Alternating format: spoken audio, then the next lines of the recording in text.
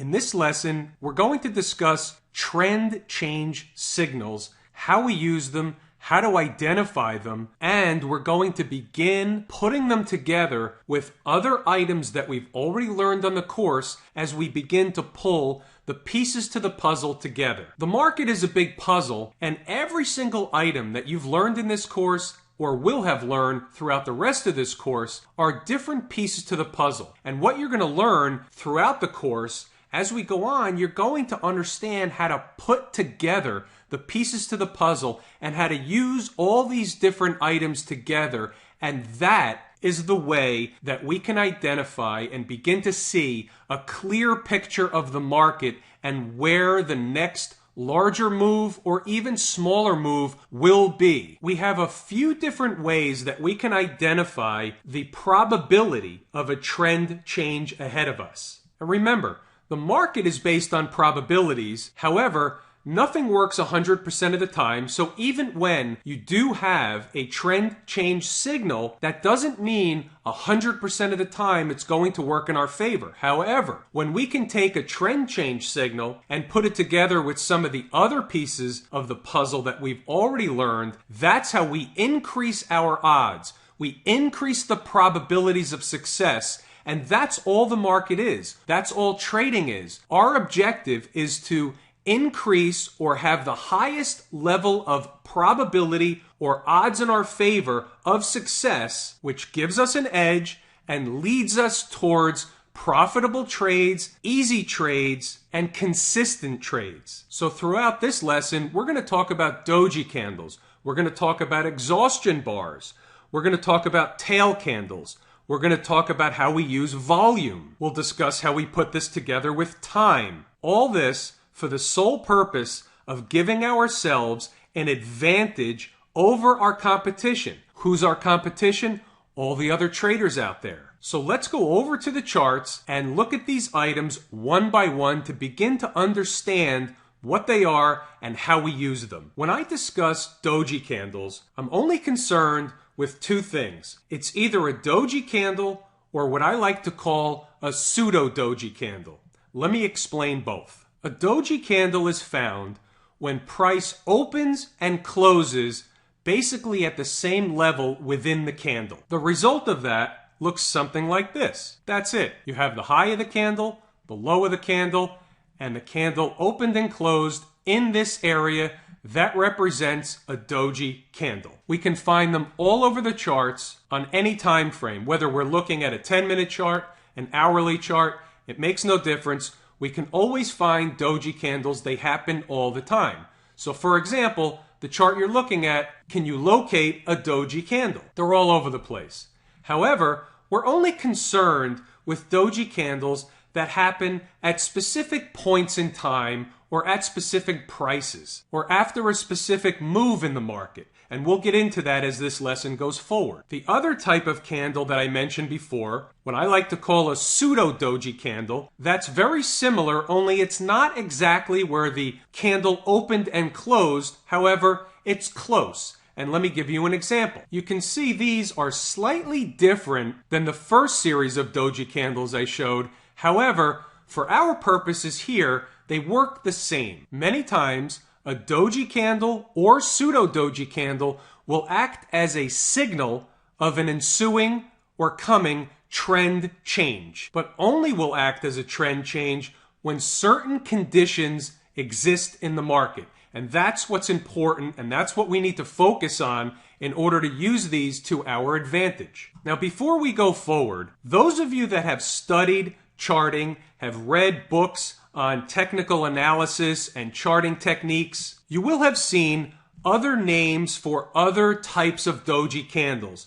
You may have heard about a long-legged indecision doji, a dragonfly bullish doji, a gravestone bearish doji. These are all names that exist out there in the marketplace, but they're of no concern to us. They're fancy names with little meaning and little value. Therefore, we're going to ignore the fancy names and we're only going to focus on two things, a doji candle and a pseudo doji candle. And the limitation on a pseudo doji candle, if you look at the one here, you can see that the body of the candle is very narrow. What we don't want to use as a pseudo doji candle is anything larger than a square. And what I mean by that is this one could be a square, and that's okay, but anything larger than that is not okay. So this one's okay, this is okay, but this is not okay. This is not okay. It's too large.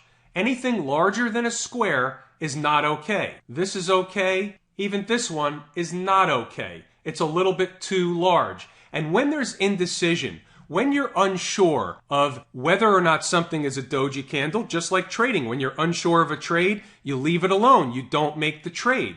When you're unsure if a doji candle is not exactly a square or less, you leave it alone. Move on to the next trade, wait for the next trade setup. What's most important is how do we use them and when can we use them? For example, if you go back to the lesson on time and how time plays a role in the markets, this is how we begin to put together some of the pieces to the puzzle to get the clear picture. You'll recall that there are certain time factors that are important to the market. We like the number 3, we like the number 7, and we like the number 10 as an example. So when we see a market that's trending for a specific period of time, maybe it's 7 candles, or maybe it's 9 or 10 candles. 9 would be a factor of 3. 10 would be a factor of 7 and 3.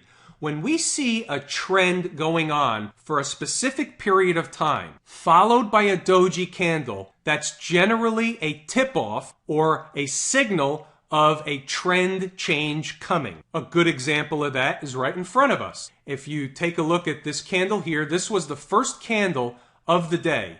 And since it was the first candle of the day, we can use it as number 1 in our time count. So we had 1, 2, 3, 4, 5, 6, 7, 8.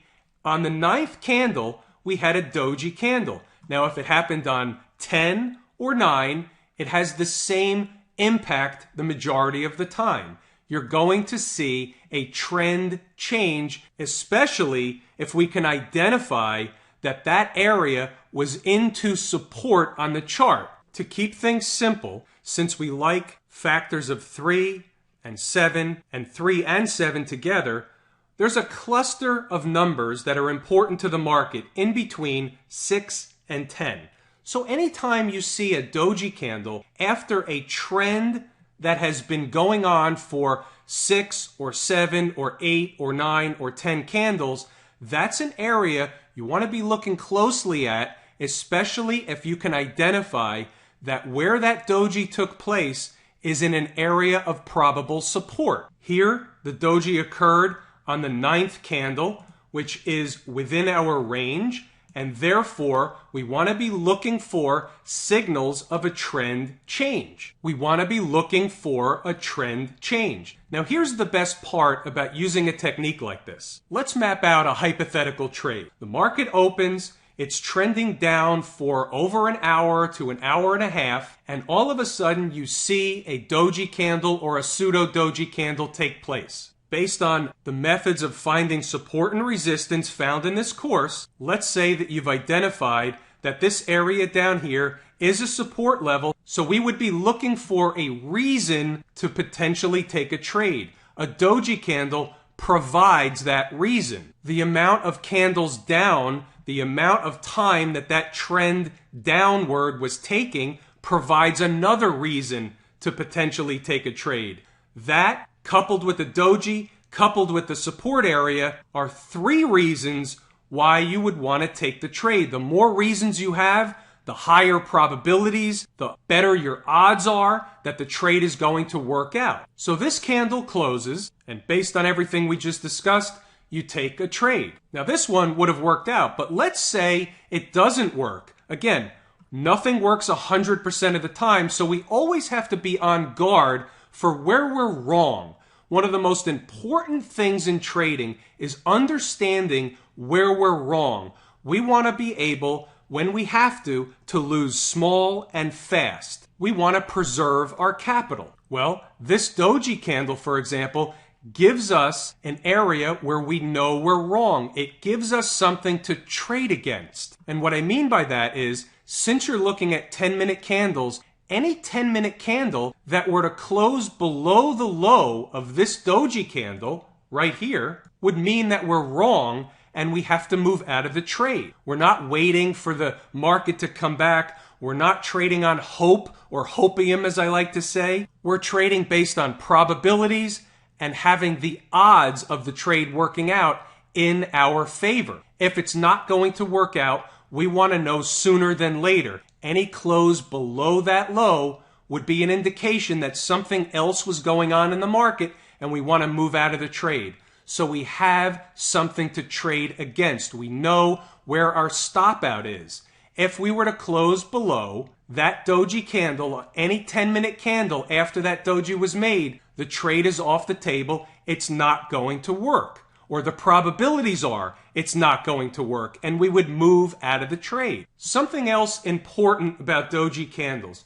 We want to take the trades when we find doji candles, obviously into a support or a resistance area. But to emphasize that point, we really only want to identify doji candles of interest to us that are at either highs or lows on the chart. And it doesn't have to be an all-time high or an all-time low, just something of recent. So as you can see on this chart, this doji candle that we just used in here was at a recent low on the chart. That's in contrast to other doji candles that may happen frequently, but they're not necessarily at a point on a chart where we would be of interest. They're not into a support area. They're not into a resistance point. They're not following a trend of a certain amount of candles or time, for example. They're the doji candles that happen in an area like this, where there's no clear direction of the market. So just because we see a doji candle doesn't mean we're going to see a trend change. We can expect a trend change when we see a doji candle under the other conditions just described. We'll see plenty more examples of these as we get deeper into the course and we look at some specific trading examples. But this should have given you a foundation for what we use for doji candles, how we use them, and why we use them.